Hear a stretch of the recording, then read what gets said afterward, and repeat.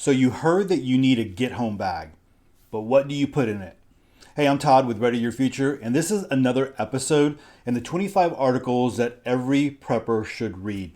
If you're interested in the 25 articles, there is a link to the PDF that you can download, and a lot of those links are not even found on the internet any longer. You really need the link to the Wayback Machine, and so I provide all of that for you. So I'm going to bounce off of this article. This is a great article. It is written by someone who has been in the preparedness community for a long time. Actually, this article was written back in 2012. And so the author of this one is Creek Stewart. He runs Willow Haven Outdoors. You might have seen him on the Weather Channel, like some of the shows like Fat Guys in the Woods, and he's done some other ones as well. This article wasn't on his website though. This article was on the art of manliness. And so I want to go ahead and bounce off of that. Of course, like always, I'm not going to read this article, but I just want to bounce off of it. I'm going to go through the article and then kind of briefly talk about it. And then I want to share something that's like this really important piece at the very end. And so I hope you stick around for that one. So as we start scrolling down here, one of the things I love about Creek is that he winds up doing a lot of pictures, and so it makes it really interesting to see, to read his articles, because he does a great job of setting up his pictures and all that kind of stuff. But he talks about a get home bag. What is a get home bag? So a get home bag is, a lot of people have heard of bug out bags and 72-hour bags and that type of bag. And it seems like in the preparedness community, everybody's like, that's the first thing you need to do. Believe me, that's not the first thing you should do. But however, it's one of the sexy things that everybody likes to do. So a get home bag, he refers to it, he sometimes calls it a 24-hour bag.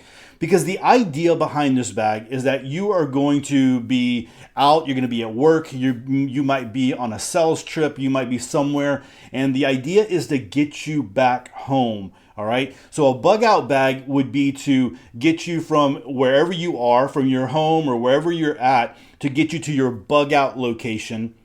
The get home bag is to get you from where you're at back home to your loved ones, to your family, to your kids, to be there to protect them, to make it safe to them. And so a lot of the things will be the same, but there's going to be some differences, because there's a difference between trying to get to your bug out location and trying to get home. I want to just say a little caveat here with the bug out location. Sometimes, when we talk about a bug out bag, you are going to a bug out location. If you don't have a location, you're just a refugee. So you have like a refugee bag. All the things that you have should get you to the location that you're planning on. If you don't have a bug out location, if you're a refugee, then you better pack a lot of food. Know, that you need to find food really, really quickly. So that's out of the scope of this episode, but I just kind of wanted to throw that in there, because a lot of times people that are new, they interchange a lot of these things and they're not very sure. So as we're looking at this one here, one of the things that he talks about is, his get home bag is in a small backpack. And really you can use anything. You're not putting in the kitchen sink. In this one, you're just putting in enough equipment, whatever you need to be able to get back home. At the very end of this article, he talks about that his bag weighs 14 pounds. That doesn't seem like a lot of weight. For some people, that'll be a whole lot of weight. So you really need to know yourself, and you need to know how much you can carry, especially thinking about how far you are away from home. So as we go through the different things here, the first thing we come to is a get home bag even necessary? So, sometimes people come to preparedness and they look at the very big, crazy things, the pole shifts, the nuclear war, World War III, EMP, solar flares, the whole deal, and it's always the end of the world as we know it. There's a lot of times that a lot of things that we do in preparedness help out in everyday kind of lives, the things that just, you would need. Like, for instance, you need a Band-Aid, so you carry in your everyday carry, or you have in your get home bag, you have a first aid kit and you have some Band-Aids, and you're able to get into that, right? Or you're able to get into some medicine or whatever that you might need.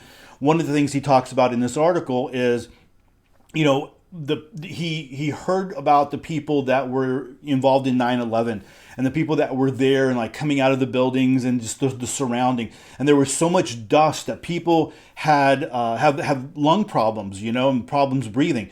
So one of the things in your get home bag would have been, like an N95 mask that you would have been able to put on, and that would have helped you to filter out a lot of the dust and the smoke and the junk that was there. And so thinking about things like that. Now, 9/11 was one of those big things, a big terrorist attack. But you might be in a situation where there might be a lot of smoke, a lot of fire, and so an N95 mask might help you in that kind of situation. And so there's a lot of other things he talks about here, like severe weather, just a power grid going down for just like a blackout. You have, maybe a flashlight, a headlamp with you. Your vehicle breaks down. Tornadoes, you're caught in a flood or a winter storm, and then you have things with you. All right. And so it's not really all about the end of the world as we know it, the zombie apocalypse that we're looking to have there. All right, so let's talk about some of the things that you put inside of your bag. Now, looking at the pictures here, I really like that he has, this metal container, this now clean bottle with a cup on the bottom. And so one of the things that I've noticed when you start looking for metal thermoses, metal containers like this, you really want to get the one that has the single side. You don't want to get the vacuum kind or like the Yetis that keep things cold. Because that's not going to work for you. You want to have the single layered ones, and that you really want to be able to boil water. You want to be able to contain water, and then you have the cup there with you. And so it fits really nicely on the bottom of that bottle. And you can find those, all over Amazon and different outdoor and survival experts. They sell those on their websites and things like that. I found one at a thrift store that, it was brand new. And so I really appreciate that one. Listen, if you have like a Yeti and that's all you have when you are in a situation like this, go ahead and use it. But you're probably going to damage the vacuum seal that keeps things cold. Just know that will wind up happening. So you have this metal container to be able to carry water around. One of the things he talks about is food and energy bars. Remember, the idea here is not for you to cook like elaborate meals. You don't want to put MRE meals. You don't want to do freeze-dried meals or dehydrated meals. You don't want to do that. You want to eat something that is going to keep you going to be able to get you home. That is the goal. And so here in this one, he has some Cliff Bars. I don't like Cliff Bars. That's that's just not my thing. I would have trail mix. I like trail mix, maybe some beef jerky, and you wind up having that inside of your pack, and that will keep you going. I want to just another caveat here. I know we're talking about get home bags, but the same idea applies for a bug out bag. The idea for a bug out is to get you to your bug out location. You're not trying to cook, really hearty meals. You're not trying to be a chef out there in the woods. That's not the idea. You want to get to your location as fast as possible. Now, if you are in the middle of winter and you need to stop to warm up and you need to build a fire and things like that, that's a little bit of a different story. But remember, the key here is to get you home to your loved ones as fast as possible. So we have that. The food and stuff like that. Rain poncho is really a big deal, because you might be caught out there in the weather. And again, it might be one of those things where you might use the items in your get home bag, not because you're trying to get home, but because you're caught in a big thunderstorm. A couple of days here in the Houston area, a couple of days ago, man, we had some really crazy storms. And, I have a rain jacket in the back of my truck. If you ever watch any of my videos that I recorded in my truck, you see it. It's in the back hanging up, and I'm able just to grab that and put that on. It has a hood and the whole deal. And the same thing kind of applies here. One of the things he talks about in the poncho is the poncho that he likes to carry is like a military style poncho that has that can also double as a tarp if you needed to create a shelter. And again, he has a really great picture in here where he shows that and what that might look like. And you can find those online. You can find those at military surplus stores. You want to find the really nice ones that are nice and thick, and that won't break. There's some really cheap ones out there. It's like everything else. When you spend money on the good stuff, it's going to last you a little bit longer. Get the ones with grommets because that gives you a little bit more options when you're trying to set up a shelter. All right, so that is something to also think about. Talks about having like a little lightweight tarp, but if you have that poncho, it's able to go that way as well. He talks about some walking shoes and having some socks and things like that. I remember, when I was on the campus, and I always at work, I carried some, didn't carry with me, I had extra tennis shoes. There were older tennis shoes that I wasn't wearing anymore, but they didn't stink or anything like that. But I kept them at the bottom of my filing cabinet. So if I needed them for whatever reason, sometimes even when we had like a rainy day, I needed to get out there, I would put those on so I wouldn't wear my nicer dress shoes out in the rain, and so I would put those on. So the same thing kind of applies. That you might want to keep something like that at work. So if you were needing to walk home, you have some comfortable shoes, and you're not wearing dress shoes or whatever you might normally wear to work. Same thing applies in your vehicle. You might want to put something in your trunk, maybe in your the bottom of your underneath your seat in your truck, or in your my back seat kind of lifts up and I can put all kinds of junk in there, and so you might want to put something in there as well. And so some old tennis shoes, some old comfortable shoes, maybe some hiking boots that they're in there to be able to get you where you need to get to. So the other thing too is having some socks, because you might be wearing dress socks or whatever, but you want to wear some socks. Maybe you get wet, you want to change out your socks. One of the things you can do is you can use a space bag. And so a space bag is a bag that you put your clothes in, and it has that little outlet where you actually use a vacuum cleaner, and you suck out the air and it creates a vacuum and it becomes really small. I have used these suckers for big comforters, and it is amazing how small they get. I actually wrote an article and have a lot of pictures on it, and it's just a really great thing to do, and you can buy them all different kind of sizes. If you don't want to use that, if you have a food saver, then you could also use something like that. So if you want to put maybe some socks, maybe some a pair of underwear in there, you want to put maybe a dry shirt in there, and then you use that that food saver bag where you're sucking out the air, and it makes it really nice and compact there. It saves a lot of space inside of your get home bag. Also, you might want to do that with your food. You might want to be able to get your trail mix, get your Cliff bars or what energy bars, whatever you're going to use, your beef jerky. Put that in a food saver and go ahead and use that, and that way it just helps to preserve it a little bit longer, and it just also keeps it all together. And if for whatever reason your bag gets wet, then you know that you're good. That's going to be dry. It's not going to go bad on you. Some of the other things that he talks about, like if you work and you wear a suit or whatever, you might want to have something comfortable to wear home. One of the things that he includes, and I really believe that you should have a pair of these, are gloves. Any kind of gloves where you can kind of throw in your pack.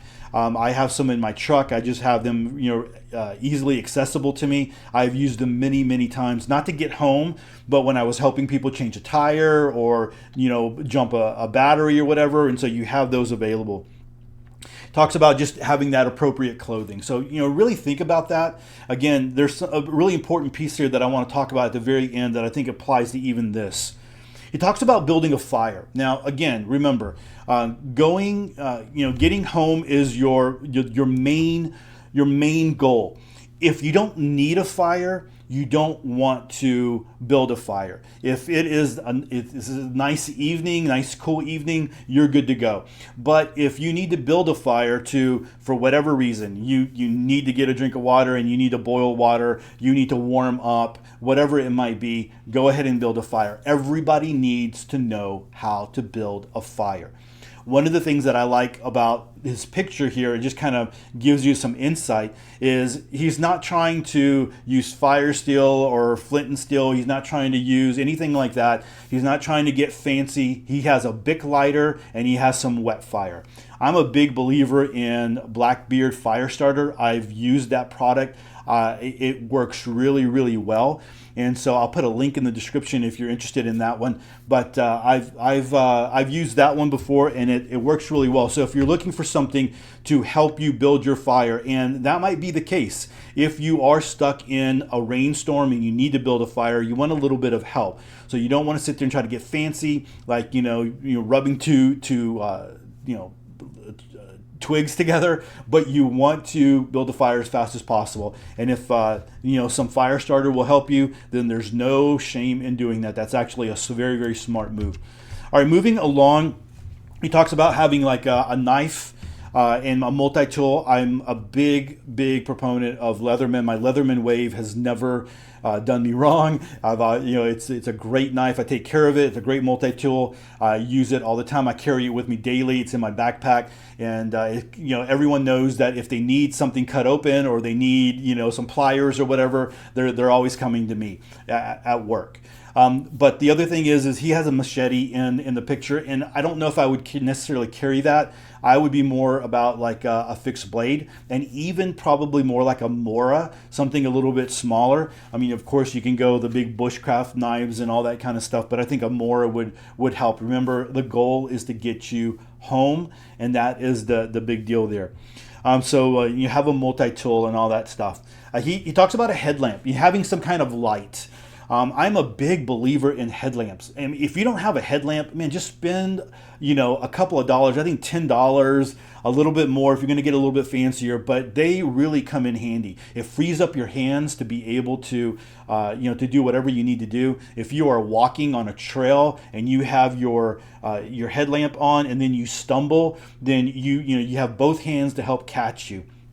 And so it's come in really handy for me, even during Winter Storm Uri. When the lights went out, I was cooking chili. I was able to put on my headlamp, and I was able to continue cooking because we have a gas stove, right? And I was able to finish off the chili, and we had something warm as the house got cold. So headlamps are really great. If you are going to do flashlights and headlamps, and it's not something that you've invested in yet, get something that is going to be universal with the batteries that go across the different kinds of sources that you use. So if you have a flashlight and you're using AA's, get AA's for that, and then also find a headlamp that uses AA's, or maybe if it's AAA's, do that. I have both. I have the AAA versions, and then I also have the rechargeable ones. And really, I use the rechargeable one all the time.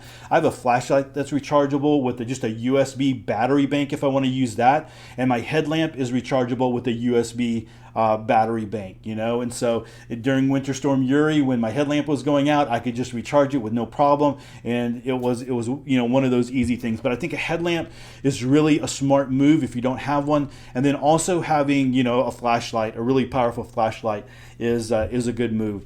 I've already kind of talked a little bit about first aid kits. That's something that you should have. And you can make your own. You can do that. In the picture, he has first aid kits. He has hygiene kits. He has a signaling mirror, all that kind of stuff. It's one of those things. Is what do you need? And you're trying to get home. And so if I was trying to get home, I'm not necessarily worried about like brushing my teeth and being all hygienic. I want to get home. That's the main thing. On the first aid kit, if you think you are going to be walking for whatever reason, then you might want to have things that, the basic things like, you cut yourself, so you have a Band-Aid, you have Neosporin, your first aid antibiotics, ointment there. If you're walking, you want to have some moleskin just in case the shoes that you're wearing create blisters, and you want to be able to put that on to help you, make it a little bit more comfortable. You want to have some ibuprofen and stuff like that for maybe soreness, and you get a headache and all that different kind of stuff, right? And so think about that. Put a little bit of thought into what you would carry. You should already have a first aid kit. I've talked about that before. Maybe you can refer back to my other episode on the first aid kit. I talk about some things there as well. All right, he has an emergency blanket here. And back in the day, emergency blankets were one of those things that everybody could get, and they're really cheap. Like you could go to Amazon and you could get 20 emergency blankets for like $10 or something like that. But they're the real thin, cheap ones. It's like a one-time use, and you're going to throw it away after that. I really like the tack bivvies that you can buy out there. Like Survival Frog has them. You can get them on Amazon and different places like that. I'll link to a few in the description, and you can go check those out if you want. They're a little bit more money, but they're reusable, and it's kind of like a tube that you can get in, and they are very, very warm. And so if you're caught in a situation where it's cold and you need to keep yourself warm, you're able to get into that tube and keep yourself warm. The other thing that's really great about it is that it's this nasty, like fluorescent orange color. And so if you're ever in a situation where you need to signal and get somebody's attention, well, you have this big, piece of mylar, orange, whatever, blanket tube that you have, and you're able to signal with it. So it can kind of be used that way as well. So I believe in those a little bit more. They're going to be a little bit bigger than your regular little survival blankets, but if you're really serious about creating a get home bag, or even if you want to put this in your bug out bag, I think those are something that's very valuable there. Okay, he talks about the N95 mask. And so that's one of those. It might be, those are harder to find nowadays, right? After all the last couple of years that we've dealt with, a lot of people went through theirs, and then they're very expensive to get now compared to where they were a couple of years ago. He talks about self-defense.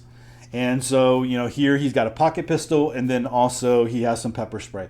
So it really depends on your location, what is allowed, and what you're going to do. Sometimes you might work in a place where they don't allow firearms, so you're not going to be able to take that firearm inside as a get home bag, right? And keep that with you. So you really got to think about that. I love what he has here as far as a paper map, compass. He talks a little bit about having cash, and then having a notepad and having something to write with. I think a map is really important.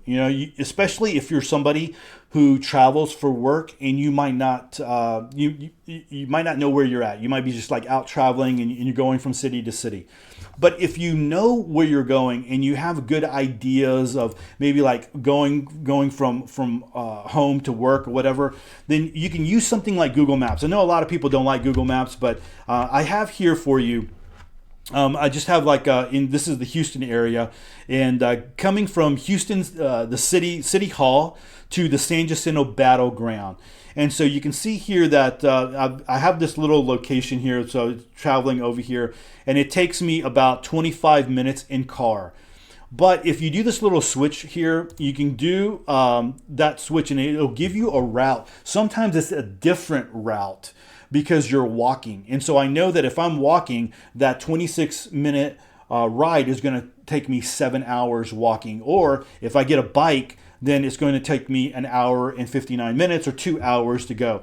And so it'll give you different routes depending on how you're going. And so you can go ahead and switch those out. If you know that you are going to use that, or that's where you're going to be and that's how you need to get home, well, then you can print that out and have an idea of the route that you would take. It might not be the route that you normally take by car, or let's just say that you take the bus or you take the train wherever you go. You might want to go ahead and print this one out, so you have this available for you if you need to get home.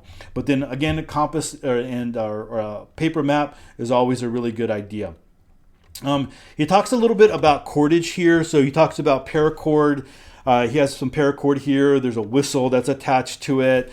He talks about he has an emergency radio. The emergency radio also works as a battery bank, so you can charge your phone and all that good stuff. One of the things that I probably, for my get home bag, for my get home bag, I'm not necessarily using a radio. I'm not having an emergency radio. If you're just getting home, unless it is like, the poop has really hit the fan and there's been an EMP and you can't get to anything, your phone will be able to get you pretty much anything that you need. So I highly encourage you to look at some of those apps that would be beneficial. You can even download some maps to your phone, and you would have them available to you there. I would be more likely to have a battery bank, to carry a battery bank instead of an emergency radio. But cordage is something that is really important as well. All right, so let me go ahead and tell you that one thing that I need to tell you when we're talking about bug out bags, get home bags, 72-hour bags, never coming home bags, whatever kind of EDC, all that kind of stuff. You can find all different kinds of lists. Now, we went through Creek's list right here for his get home bag. You can find all different kinds of lists online. The key is not to go copy somebody's list, put it inside of a bag and say, I'm good, I've got a get home bag. You need to create your bag, whichever bag you're building, for yourself and for your own situation. So one of the things I always use my situation as an example. I work probably about 8 minutes from my job. So I'm not so worried about having a get home bag that it has everything inside of it. I'm not worried about making this trail for hours, right? It's going to take me less than an hour to get home walking home. So I'm not so worried about that. But I might carry with me maybe some food. I might carry, of course, my first aid kit. I'm going to have my knife. I'm probably going to have, like my flashlight. And I'm going to definitely have some water with me just so that I can drink as I'm going along the way. I'm not going to have all the other things. I'm not worried about the shelter and all that kind of stuff, building a shelter or anything else like that, because I know that I'm going to get home really, really quickly. You need to build your get home bag. You need to build your bug out bag, whatever bag you're thinking about that fits your needs. If you have kids, you need to incorporate that. If you have pets, you need to incorporate that.